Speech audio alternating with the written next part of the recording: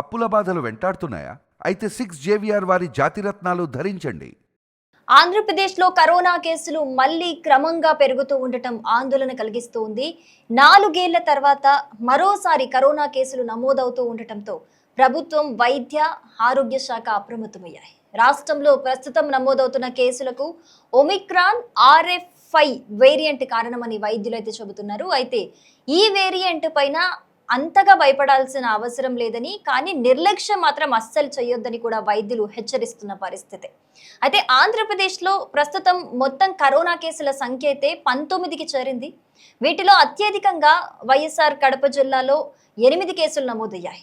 గుంటూరు, కాకినాడ జిల్లాల్లో 2 కేసులు, విశాఖపట్నం, ఏలూరు, నెల్లూరు, NTR జిల్లాల్లో ఒక్కో కేసు నమోదైనట్లుగా అయితే అధికారులు ఈ వివరాలను అయితే వెల్లడించడం జరిగింది.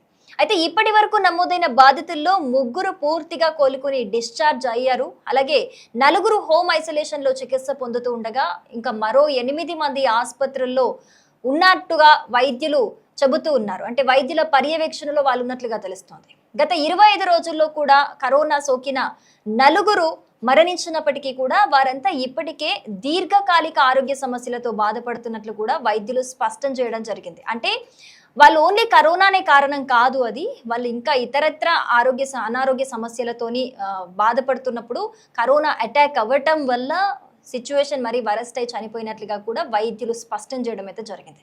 అయితే తాజాగా నమోదవుతున్న కేసులకు కారణం ఒమిక్రాన్ RF5 వేరియంట్ గా వైద్యులు అయితే గుర్తించడం జరిగింది.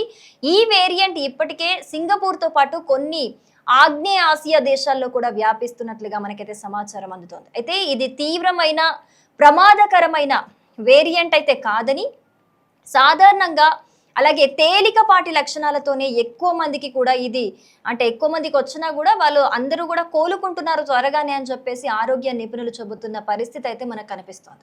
అయితే ఇదిలా ఉండగా రాష్ట్ర ప్రభుత్వం ముందస్తు చర్యలను అయితే చేపట్టింది. దీనికి సంబంధించి అన్ని ప్రభుత్వ ఆసుపత్రుల్లో కూడా అవసరమైన మందులు, అలాగే టెస్టింగ్ కిట్లు, ఆక్సిజన్ స్టోరేజ్ అనేది కూడా సిద్ధంగా ఉంచాల్సిందిగా కూడా జిల్లా అధికారులకు ఆల్రెడీ ఆదేశాలు అయితే జారీ చేశారు.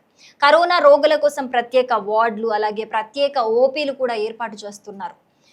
ఇక గుంటూరు జిల్లాలో కూడా పరిస్థితిని అధికారులు ప్రత్యేకంగా పరిశీలిస్తున్నారు. గత 4 రోజులుగా కూడా అక్కడ వరుసగా కొత్త కేసులు నమోదవుతున్నాయి. మరీ ముఖ్యంగా మంగళగిరి, ఎయిమ్స్ పరిసర ప్రాంతాల్లో కేసులు బయటపడటంతో వైద్యులు అక్కడ అప్రమత్తమైనట్లుగా తెలుస్తోంది. ఎయిమ్స్ లో ఇప్పటికే 5 పాజిటివ్ కేసులు నమోదవగా గుంటూరు ప్రభుత్వ ఆసుపత్రిలో కూడా మరో పాజిటివ్ కేసు అయితే గుర్తించారు. సో బాధితుల ఆరోగ్య పరిస్థితి ప్రస్తుతం నిలకడగానే ఉందని అయితే వైద్యులు చెప్తున్న పరిస్థితి మనకు కనిపిస్తోంది.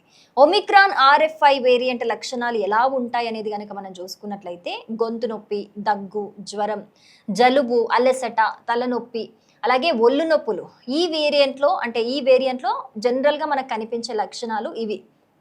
సో ఈ లక్షణాలు ఉంటే కనుక మీరు అస్సలు నిర్లక్ష్యం చేయకుండా వైద్యులను సంప్రదించి మీ దగ్గరలో ఉన్న హాస్పిటల్కి వెళ్ళి అవసరమైతే గనక కరోనా పరీక్షలు కూడా చేయించుకోవాలని కూడా ఆరోగ్య నిపుణులు సూచిస్తూ ఉన్నారు. అస్సలు నిర్లక్ష్యం చేయకూడదు అని చెబుతున్నారు. ముఖ్యంగా వృద్ధులు, గర్భిణీలు, మధుమేహం అంటే షుగర్ వ్యాధిగ్రస్తులు, లేకపోతే హార్ట్కి సంబంధించిన ప్రాబ్లమ్స్ ఉన్న వాళ్ళు ఎవరైనా సరే, లేకపోతే ఇతరత్ర దీర్ఘకాలికంగా ఏమైనా అనారోగ్య సమస్యలతో బాధపడే వారైతే ఇంకా మరింత జాగ్రత్తగా ఉండాలని కూడా వైద్యులు సూచిస్తున్నారు. ఎందుకంటే ఇప్పటికే మనం చూస్తూ ఉన్నాము దీర్ఘకాలికంగా ఇతరాత్ర రోగాలు ఉన్న వాళ్ళకి కరోనా అటాక్ అవ్వటం వల్ల వాళ్ళు అది ఇది ఎఫెక్ట్ కలిపి చనిపోయింది చూసాం కాబట్టి. సో ప్రస్తుతం కేసుల సంఖ్య తక్కువగానే ఉన్నప్పటికీ కూడా కరోనా పూర్తిగా పోయింది అనే భావనతో అయితే మనం అస్సలు నిర్లక్ష్యం చెయ్యొద్దు.